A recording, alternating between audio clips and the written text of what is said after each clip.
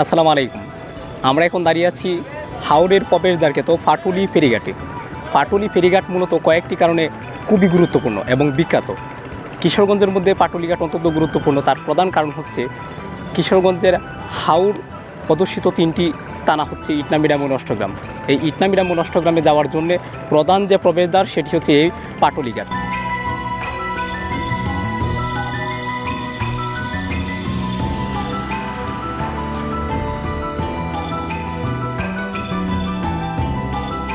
এছাড়াও বাজিতপুরের বেশ কয়েকটি দ্বীপ ইউনিয়নের সাথে যোগাযোগের প্রধান প্রবেশদ্বারও এটি।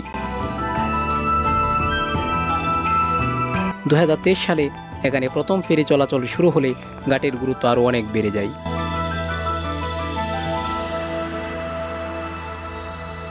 ভ্রমণ পিপাসুদের জন্য আকর্ষণের জায়গাও এটি। বর্ষাকালে নৌকায় ঘোরাঘুরি আর ঘাটে বসে আড্ডা দেওয়ার জন্যে দূর দূরান্ত থেকে ছুটে আসে বিভিন্ন শ্রেণী পেশার মানুষ।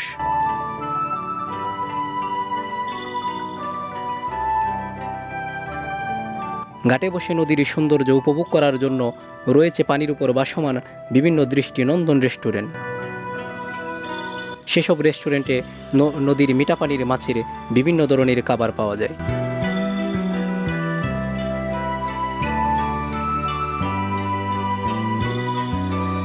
এখানকার সবচেয়ে আকর্ষণের বিষয়টি হচ্ছে পাটুলি মাছের আড়ত।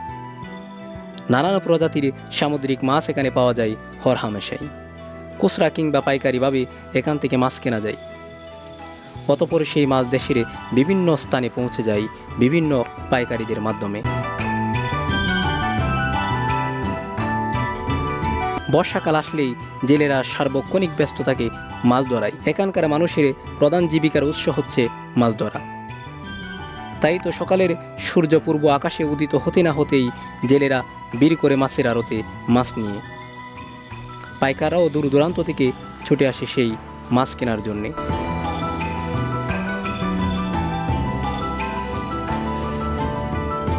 এখানকার মাছগুলোর মধ্যে উল্লেখযোগ্য হচ্ছে শোল, বোয়াল, কাতল, চিতই, রুই, তেলাপি ইত্যাদি। ছোট মাছের মধ্যে রয়েছে চিংড়ি, পুঁটি, বাইমকর, সোনারানি, গুলশা, গুতুম।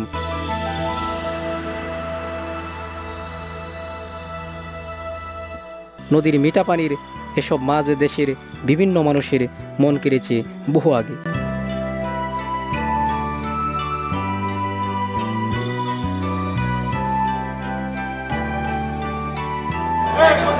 আমরা এখন এই মুহূর্তে দাঁড়িয়ে আছি, এটা হচ্ছে বাজিতপুর মাছের আড়ত।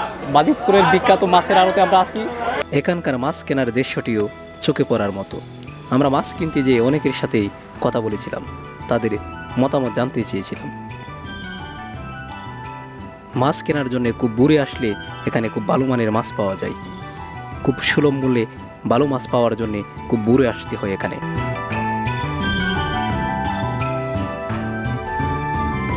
জেলে যখন মাছ নিয়ে আসেন তখন একজন আড়তদার দাঁড়িয়ে মাছের দাম দর করতে থাকেন, অর্থাৎ ডাক দিতে থাকেন। যিনি সর্বোচ্চ দাম বলবেন তিনি কিন্তু মাছগুলি পেয়ে যাবেন। এভাবেই চলতে থাকে সারাদিনের মাছের আড়তের কর্মব্যস্ততা। 670, 680, 700, 700, 700, 700, 700, 13 সব না 700, 710, 710, 730, 730, 740, 750। এখানে দাঁড়িয়ে আছে, এটা হচ্ছে মিম অ্যান্ড তোহা মৎস্য আড়ত। মৎস্য আড়ত ভাই একজন আছেন, ওনার আমরা একটা সাক্ষাৎকার নিব। আসলে ভাই, এখানে প্রতিদিন কি পরিমাণ মাছ আসে করে মনে করেন আপনি? এখানে যে পরিমাণ মাছ আসে আন্দাজ করা যায় না, কিন্তু অনেক মাছ আসে, অনেক ঘরে অনেক রকম। আর সকাল 5টা থেকে বিকাল 3টা 4টা পর্যন্ত মাছ আসে। 5টা থেকে অনেক সময় 3টা থেকে আসে রাত্রে। বর্ষাকালে তো সারাদিনই প্রায় মাছ আসে নাকি?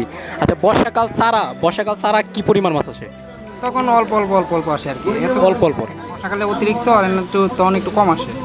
ও আচ্ছা আচ্ছা আচ্ছা, এখান থেকে তো দেশের বিভিন্ন অঞ্চলে মাছ যায়, ঠিক না? বেশিরভাগই বাইরে মাছ যায়, আমাদের এলাকায় বেশি থাকে না, বেশিরভাগ ঢাকায় চলে যায়। ঢাকায় চলে যায়। অসংখ্য ধন্যবাদ ভাইকে।